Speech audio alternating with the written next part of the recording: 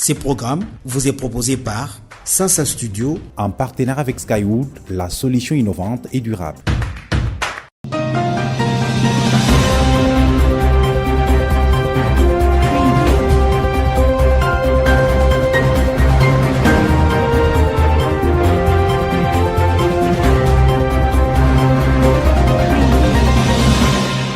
Henri Guidou depuis la capitale congolaise. Mesdames et messieurs, bienvenue à votre rendez-vous hebdomadaire d'information, mais avant tout, les sommaires.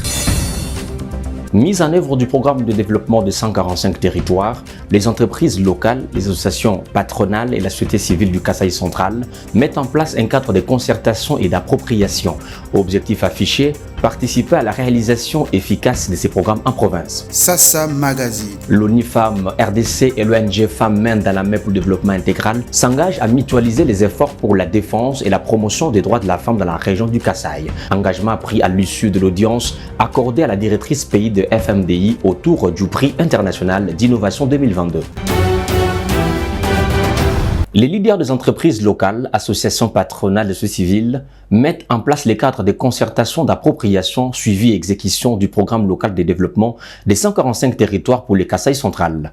Par cette initiative, ces leaders veulent non seulement effectuer un suivi régulier de ces programmes, mais aussi et surtout participer à sa bonne réalisation en province. Suivez ce reportage. Les ténors des organisations patronales, des entreprises locales et de la société civile prennent l'option de mettre en place un cadre de concertation pour l'appropriation, le suivi et l'exécution des activités prévues dans le cadre du programme local de développement de 145 territoires. L'initiative provinciale fait suite au constat selon lequel plusieurs projets du pouvoir central ne connaissent pas d'exécution correcte par les entreprises de mise en œuvre, recrutées souvent ailleurs, bâclant des activités au détriment de la population. Ces cadres de concertation voudraient mutualiser les énergies des entreprises locales qui doivent participer à la réalisation des activités prévues. Pierrot Daé Moutombe est coordonnateur du cadre. Il y a les programmes de développement local pour les 145 territoires. Pour nous, les Kasaï central, c'est vraiment un programme que tout le monde attendait de demain. Et c'est comme ça que quand ça a été publié, toutes les parties prenantes à ces programmes, je vois les opérateurs économiques, je vois la société civile, je vois les entreprises, tout le monde qui est concerné par le développement à la base. Bref, plusieurs personnes se sont réunies pour réfléchir, pour voir comment est-ce qu'on peut arriver à une concrétisation positive de ces programmes. Cette mobilisation générale des forces en présence vise l'appropriation, le suivi et l'exécution réelle des projets. Assurer entre autres le réseautage des entreprises de jeunes, la formation et l'éducation entrepreneuriale. Tels sont les objectifs de la Fédération nationale des jeunes entrepreneurs du Congo, structure qui a lancé officiellement ses activités dans la semaine au Kasaï central. Une cérémonie qui s'est déroulée en présence des officiels et partenaires dans la salle cave de l'université pédagogique de Kananga. Placé sous le thème « Entrepreneuriat des jeunes », un levier de la croissance économique du Kasaï central, cette rencontre de lancement officiel des activités de la Fédération nationale des jeunes entrepreneurs du Congo, antenne du Kasaï central couplée à la première soirée Network des entrepreneurs et corporates, est un rendez-vous qui permet à la jeunesse de jeter les jalons qui favorisent le développement de la province. C'est le directeur provincial de l'Agence nationale de développement de l'entrepreneuriat congolais, Norton Kabeyamande, qui a lancé ces activités. Nous rassurons à la Fédération notre soutien total et accompagnement inconditionnel dans toutes les actions qu'elle entreprendra désormais dans la province du Kasaï central, dont la mission principale est d'accompagner les jeunes entrepreneurs, ceux qui encadrent les jeunes, qui partagent leur expérience, dont les mentors, les coachs, de toutes les conférences, ainsi de suite. Ainsi, je déclare lancer officiellement les activités de la Fédération nationale des jeunes entrepreneurs du Congo au Kasaï central. La Fédération nationale des jeunes entrepreneurs du Congo, FENAGEC, dont les réalisations sont déjà immenses ailleurs, s'installe au Kasaï central pour accompagner et encadrer les jeunes entrepreneurs en vue de lutter contre le chômage chez les jeunes, a indiqué Anakle Mutombo, coordonnateur provincial. Chaque mois, il y aura des activités telles que les networking soirées ou les soirées after work, au cours desquelles on va aborder des thèmes tels que la création d'entreprise, la gestion d'une entreprise, le développement d'une entreprise.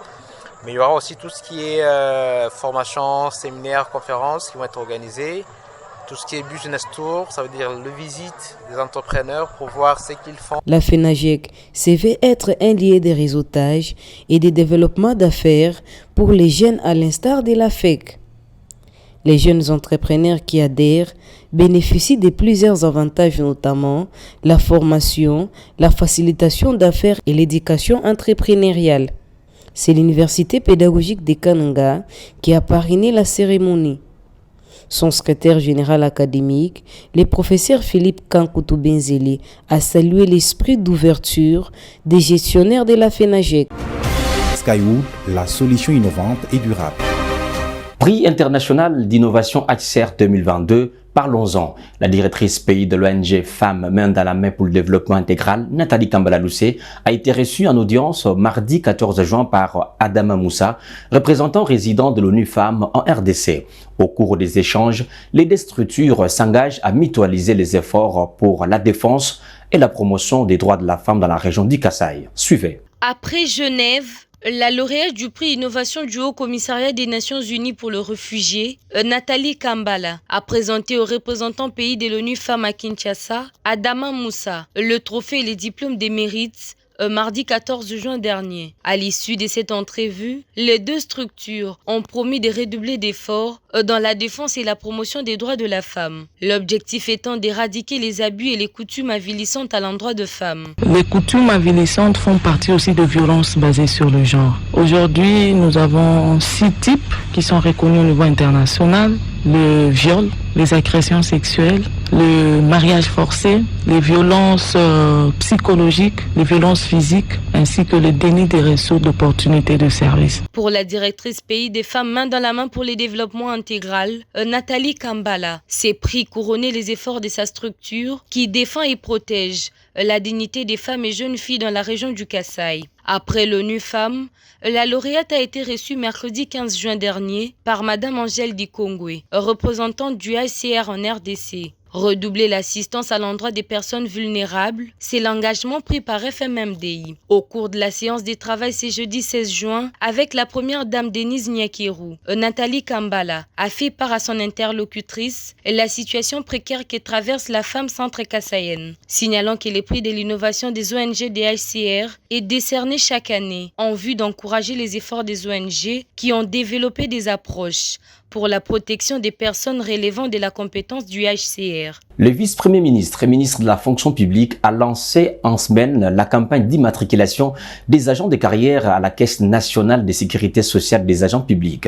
Ces processus visent entre autres la mise en retraite honorable de 30 000 agents. Passy Kabouya et Espérant Daniel Kamboulou pour les reportages. Cette campagne d'immatriculation des agents et fonctionnaires de l'État à la Caisse nationale de sécurité sociale des agents publics permet à ces derniers de passer honorablement leur période d'inactivité. Le vice-premier ministre de la fonction publique Jean-Pierre Liaou, qui lance cette campagne au Kasaï central à partir de Kananga, indique que le processus permettra à l'État congolais d'envoyer, dans le respect des normes, les agents de carrière éligibles à la retraite en vue de favoriser le rajeunissement de la fonction publique. 30 000 agents de carrière sont concernés par cette retraite. Cette approche, c'est celle qui m'a conduit à visiter mes administrés des provinces, les unes après les autres, pour leur offrir donc la même disponibilité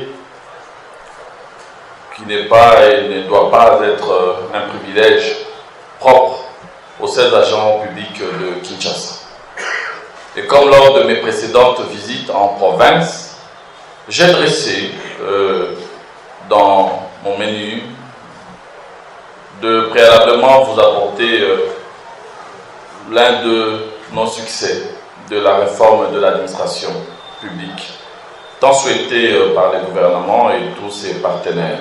L'occasion a été donnée au chef de division provinciale de la fonction publique du Kasaï central de dresser le tableau de la situation du personnel des carrières à la fonction publique. Kananga, c'est une ville administrative entièrement. Il n'y a pas de jeunes, il n'y a pas d'entreprise, il Il n'y a pas autre chose pour absorber le chômage de nos jeunes gens. Tout compte sur l'administration publique. Skywood, la solution innovante et durable. En plus bref, sachez que la vice-ministre des Finances de la République démocratique du Congo, Onej Nsele, a participé du 15 au 18 juin 2022 aux assemblées annuelles d'Afrexi Bank 2022 au Caire, en Égypte. Les temps forts ayant marqué ces assises sont entre autres la réunion du groupe consultatif sur le financement du commerce et le développement des exportations en Afrique et l'assemblée générale annuelle des actionnaires de la Banque africaine d'import-export. Et c'est la fin de votre magazine. Content de vous savoir nombreux. Contactez-nous sur le www.sasastudio.net et sur CDirect TV.